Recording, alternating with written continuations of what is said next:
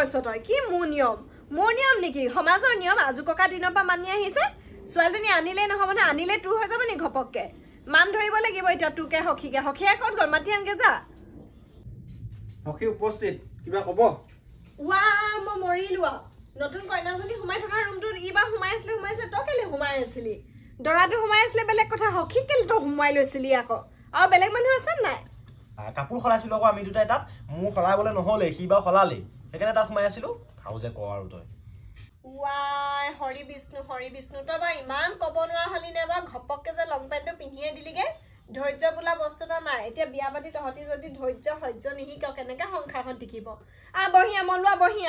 নিয়ম এটা আছে তহঁতৰ অকণমান খঙে নকলে নহয় নিয়মটো কৰিব কেলে খুলিলি তই ঘপককে চুৰিয়াখন ঘপককে খুলিব নালাগে নহয় এই আপুনি ধুতি বেদনা বুজি নাপাব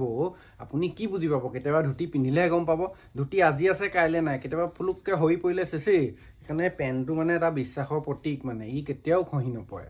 সেইটো কথাটো কেনেকুৱানো এখন ধুতি পিন্ধিছ যদি ৰৈয়ে নাথাকে আমি কত পেটিকোট নোহোৱাকে মেখেলা গাঁঠি দি পিন্ধি গোটেই গা ঘূৰি ফুৰিলো আজিলৈকে খহি নপৰিলে দেই